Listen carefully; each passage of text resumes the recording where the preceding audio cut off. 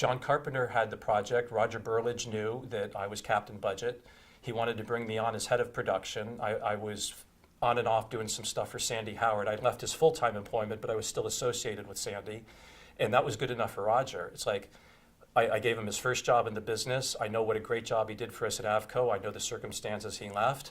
We can hire him as senior vice president of production for New World Pictures, and we can go to the races on it. And the first thing I'm going to have him do is figure out how to bring down the costs on Philadelphia Experiment, because they needed $9 million, and it made all the sense in the world to the salespeople at Roger if they did it for 6.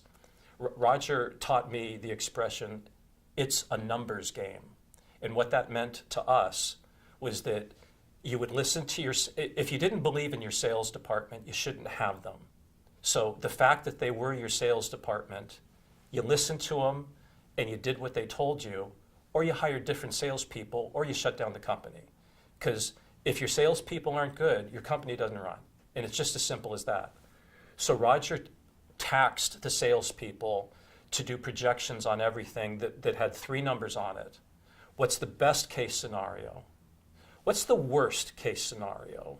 And what's the probable case scenario? Roger never put any confidence in the best case or the probable case. But he really believed if his salespeople didn't understand what the worst case was, he really got to get rid of them and get new salespeople. I've done 17 movies with Roger, and I've never had an experience where salespeople's projections for the worst case were inflated.